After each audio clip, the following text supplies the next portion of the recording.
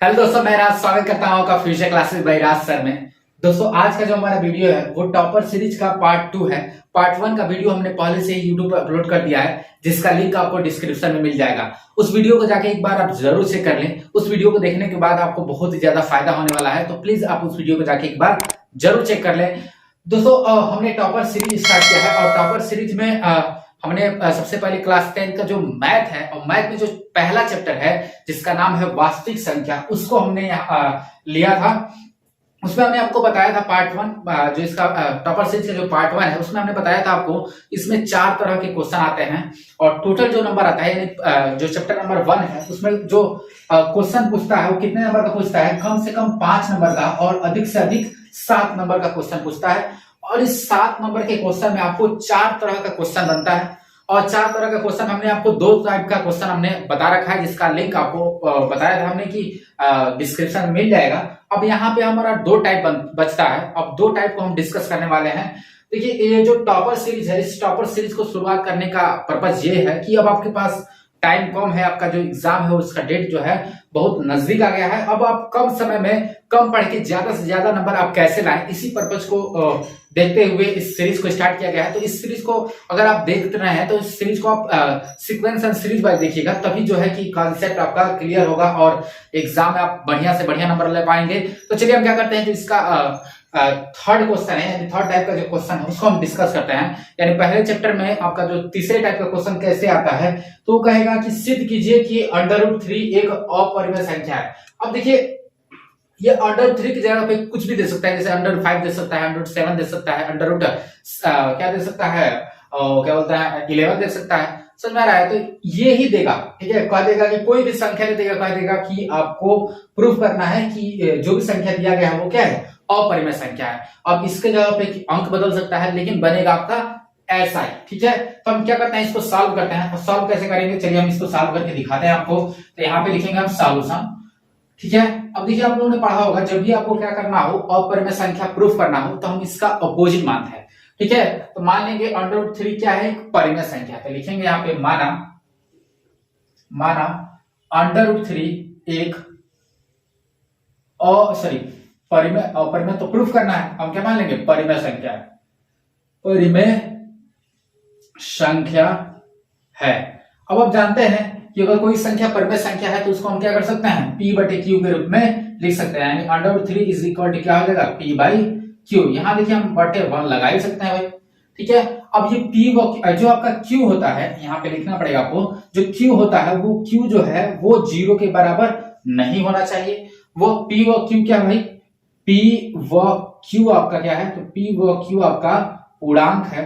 पूर्णांक का मतलब ये होता है कि ये प्लस में भी हो सकता है और माइनस में भी हो सकता है। और क्या हो जाएगा, HCF जो होगा, HCF P/Q का जो HCF होगा वो किसके बराबर होगा, 1 के बराबर होगा। इतना तो आपको लिखना पड़ेगा, ठीक है। अब हम क्या करते हैं, इसको थोड़ा सा क्रॉस मल्टीप्लाई करते हैं। तो इसका मल्टीप्लाई इसके साथ करेंगे, इसका मल्टीप्लाई इसके साथ करेंगे। तो देखिए, इसका मल्टीप्लाई इसके साथ करेंगे तो ये हो जाएगा √3Q और इसका मल्टीप्लाई इसके साथ करेंगे तो ये हो जाएगा आपका P, ठीक है। अब हम क्या करेंगे, दोनों पक्षों का वर्ग करेंगे। यहां लिखेंगे वर्ग करने पर, क्या करने पर, वर्ग करने पर। तो P का वर्ग करेंगे तो क्या हो जाएगा आपका P² इज इक्वल टू, इसका वर्ग करेंगे तो ये क्या होगा, ये जो रूट है रूट हट जाएगा, बचेगा 3। और Q का वर्ग करेंगे तो ये हो जाएगा Q²। इसको हम मान लेते हैं क्या, इक्वेशन नंबर 1, ठीक है।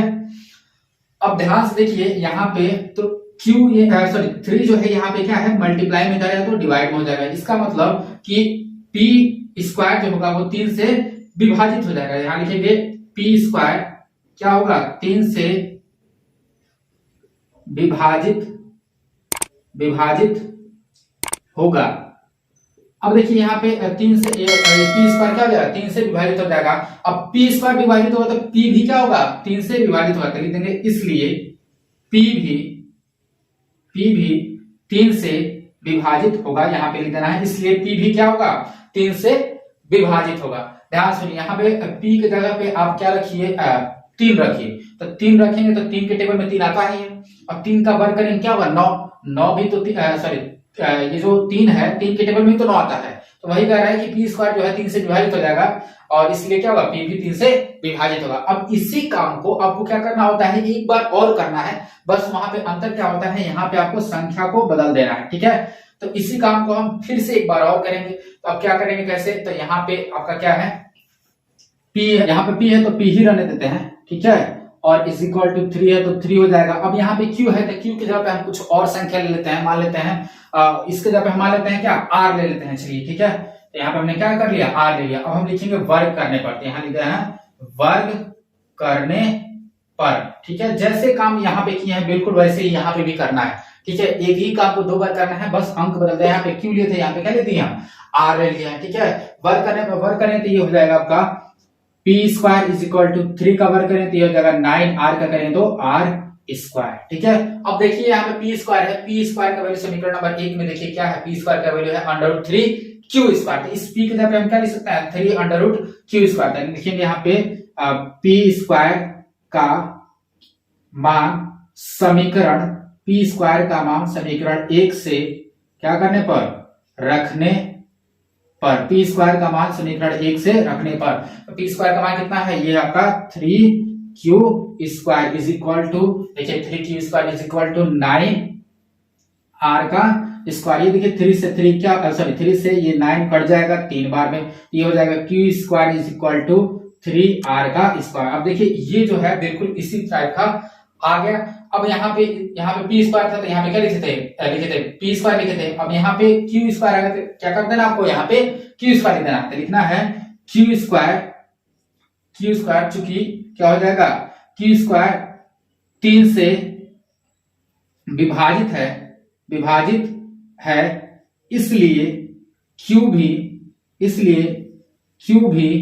3 से क्या होगा, 3 से विभाजित होगा। देखिए इसी काम को आपको एक बार और लिखना है, बिल्कुल वैसे का वैसे ही लिख देना है। अब ध्यान से देखिए, तो यहाँ पे P भी 3 से विभाजित है और Q भी 3 से विभाजित है, यानी दोनों जगह क्या कॉमन दिख रहा है, 3 कॉमन दिख रहा है। तो यहाँ पे दोनों जगह क्या हो रहा है, 3 कॉमन दिख रहा है। तो इसका HCF जो होगा, P व Q का जो HCF होगा वो 1 ना होकर अब क्या हो जाएगा, 3 हो जाएगा, क्योंकि यहाँ पे कॉमन क्या दिख रहा है, 3। तो लिख देंगे चूंकि क्या यहाँ पे चूंकि P व Q दोनों क्या हो रहा है भाई, दोनों 3 से क्या है, 3 से विभाजित है, इसलिए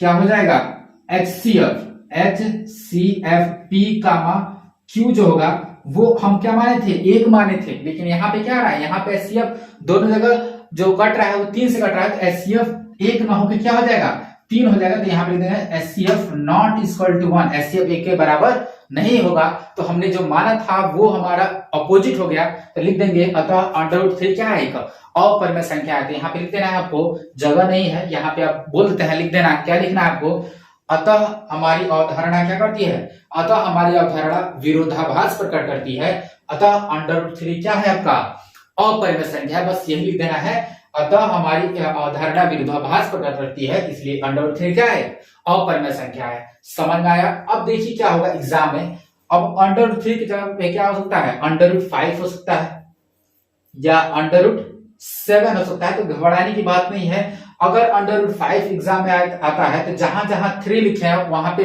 5 लिख देना है, और जहां जहां 9 लिखे हैं उसके जगह पे देखिए 3 का वर्ग 9 होता है, 5 का वर्ग क्या होता है 25 होता है, तो 3 की जगह पे 25 लिख देना है। समझ में आ रहा है। अगर √7 आया तो जहां जहां 3 है वहां पे 7 लिख देना है, और 7 का अगर 3 का जहां जहां 9 है वहां पे क्या लिख देना है आपको, 7 का वर्ग क्या होता है 49। समझ में आ रहा है। जैसे 3 का वर्ग 9 होता है वैसे 7 का वर्ग क्या होता है 49 होता है। बिल्कुल यही लाइन आपको वहां पे भी लिखना है, तो इसको आपको कर लेना है, ये होमवर्क है आपका।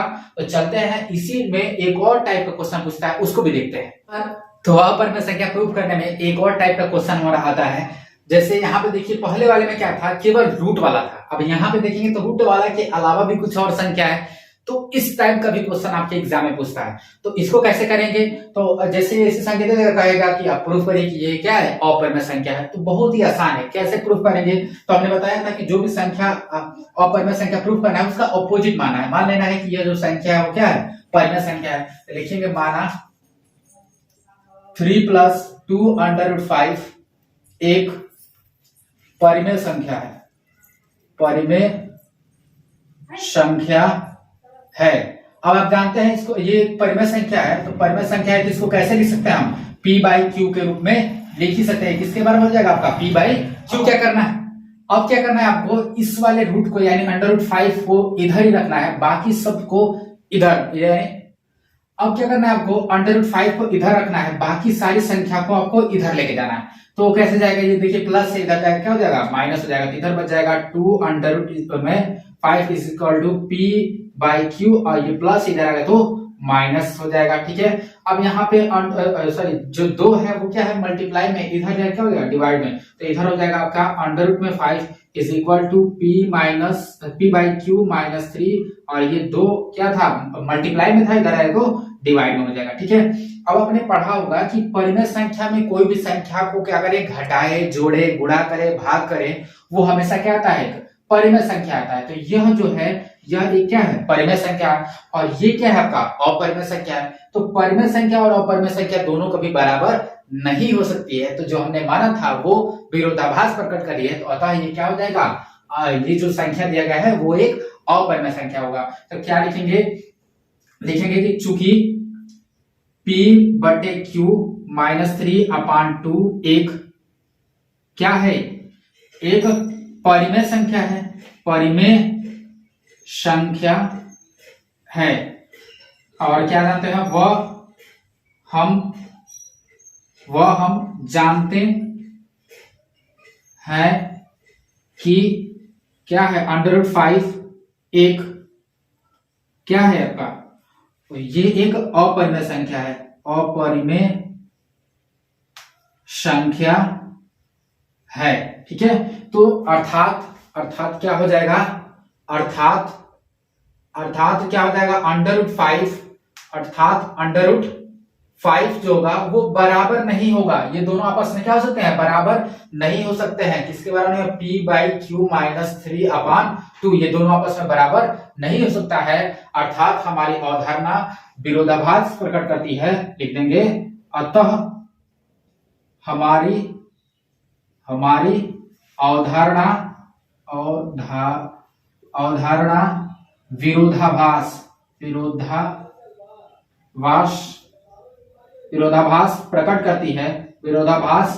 प्रकट करती है। अतः ये जो संख्या दिया गया था 3 + 2√5 एक क्या है, अपरिमेय संख्या है, एक अपरिमेय संख्या है। तो इतना आपको सॉल्व करना पड़ेगा, समझ में आया। अब देखिए बहुत हो सकता है आपके एग्जाम में, तो क्या होगा, ये संख्याएं बदल सकता है। ठीक है, हो सकता है यहाँ पे 5 कर दे, अब प्लस यहाँ पे 3 कर दे, और रूट में 2 कर दे। तो बस यही पैटर्न आपको पकड़ के चलना है। ठीक है, या फिर ऐसे भी हो सकता है केवल क्या कर दे, 7√5 कर दे, ऐसे कर दे। तो संख्याएं बदलेगा, मेथड आपका वही रहेगा। समझ में आया। तो तीसरा टाइप का क्वेश्चन आपका कैसे बनता है, अपरिमेय संख्या प्रूफ करने वाला बनता है। तो चलते हैं हम चौथे टाइप पे, यानी इस चैप्टर का लास्ट क्वेश्चन। तो चौथा जो हमारा टाइप है, इसमें किस तरह का क्वेश्चन बनता है, ध्यान सुनिए। इसमें किस तरह का क्वेश्चन बनता है, जैसे क्या करेगा, आपको कोई 2 संख्या दे देगा और कहेगा उसका HCF निकालिए और LCM निकालिए। ठीक है, कैसे देगा, 2 संख्या देगा, कहेगा उसका HCF निकालिए और LCM निकालिए। ठीक है, अब इसमें देखेंगे तो यहाँ पे क्या किया है, HCF दे दिया है 306 और 657 का क्या दे दिया आपका, HCF दे दिया है। अब इसका LCM पूछ रहा है। ठीक है, तो जब भी इस तरह का क्वेश्चन आता है तो इसको सॉल्व करने के लिए आपको एक छोटा सा फार्मूला याद करना पड़ेगा। फार्मूला क्या है, इसमें जब भी इस तरह का क्वेश्चन आता है तो उसमें फार्मूला लगाते हैं, पहली संख्या इसका सॉल्यूशन जब करेंगे तो इसमें फार्मूला लिखना पड़ेगा, पहली संख्या गुणे दूसरी संख्या बराबर HCF गुणे LCM, ठीक है, ये आपको फार्मूला आपको लगाना पड़ेगा। ठीक है, तो पहली संख्या इसमें देखिए, पहली संख्या क्या है आपका, ये है आपका 306 गुणे दूसरी संख्या कितना है 657। ठीक है, अब इसका HCF देखिए कितना दिया है आपका 9 दिया है। अब गुणे LCM आपको निकालना है। ठीक है, अब देखिए 9 का टेबल पढ़िए, तो 9 के टेबल में ये देखिए इसको काटिए, तो ये हो जाएगा 3 बार में 27, यहाँ पे कैरी कितना हो जाएगा 3, तो 9 चौको 36, ये हो जाएगा आपका 4। अब बताइए 34 का गुणा इसके साथ कर लेंगे कि नहीं कर लेंगे। अब 34 का गुणा इसके साथ करके आपको वही इसका आंसर लिख देना है। गुणा करने में जो आएगा उसी को यहाँ पे लिख दीजिएगा, यही इसका आंसर हो जाएगा। समझ में आया चौथे में किस तरह क्वेश्चन पूछता है, HCF दे देगा, LCM पूछेगा, और नहीं तो क्या करेगा, दो संख्याएं केवल देगा, कहेगा उसका HCF निकालिए और LCM निकालिए। समझ रहा है। अगर इसी का क्या कहता, अगर HCF नहीं देता तो सबसे पहले हम HCF निकालते। HCF निकालने के लिए आप दोनों संख्याओं का फैक्टर निकालते हैं, और फैक्टर निकालने के बाद जो दोनों जगह कॉमन दिखता है उसका क्या करना है, दोनों का आपस में गुणा कर लेते हैं। गुणा करने में जो आएगा वही इसका क्या होता है, HCF होता है। चलिए हम क्या करते हैं, छोटा संख्या ले लेते हैं और HCF निकाल के दिखा भी देते हैं। ठीक है, तो जैसे मान लीजिए 16 दे दे, ठीक है 16 दे दे, और यहाँ पे मान लेते हैं एक और कोई संख्या 20, चलिए 20 ही मान लेते हैं। ठीक है, अब 16 और 20 का कह देगा आपको HCF निकालने, तो HCF कैसे निकालेंगे आप, यहाँ पे 16 इसका फैक्टर निकाल दिया जाए, 2 फिर 2 फिर 2, 2 दूना 4, 4 दूना 8, 8 दूना 16, इसको निकालेंगे तो ये आएगा। 20 का निकालिए, तो 20 का कैसे निकलेगा आपका, ये 2 2 गुणे 5, तो इसका HCF कितना हो जाएगा, देखिए तो यहाँ पे 2 दिख रहा है, यहाँ भी 2 कॉमन दिख रहा है, तो 2 दूना 4, 2 में 2 का क्या करना है, गुणा 4 हो जाएगा। तो आप हमारी बात को समझ रहे हैं, HCF कैसे निकालना है। तो ये आपका HCF निकल गया। LCM कैसे निकालते हैं, जो कॉमन दिख रहा है उसको एक बार लिखते हैं, जो कॉमन नहीं दिख रहा है उसको भी ले लेते हैं, और सबका आपस में गुणा करके हम क्या निकाल लेते हैं, LCM निकाल देते हैं। नहीं तो दो संख्या ये दे दिया है, इसका HCF निकल गया, इस फार्मूले में भर दीजिए। इस फार्मूले में पहली संख्या कितना है 16 है, दूसरी संख्या 20 है, HCF हमारे 4 आया, तो यहाँ से LCM आपका निकल जाएगा। उम्मीद है आपको क्वेश्चन सब समझ में आ रहा होगा। तो यही है आपका 4 टाइप का क्वेश्चन। इसी 4 टाइप का क्वेश्चन आपके एग्जाम में पूछेगा। ये पूरा का पूरा जो क्वेश्चन है ये 7 नंबर का क्वेश्चन, इसमें आप पढ़ लेते हैं 7 नंबर आपका कंफर्म हो गया। देखिए ज्यादा टफ नहीं होता है। उम्मीद है आपको क्वेश्चन सब समझ में आ रहा होगा। मिलते हैं अगले वीडियो में एक नई एनर्जी के साथ, तब तक के लिए bye bye, tata, love you.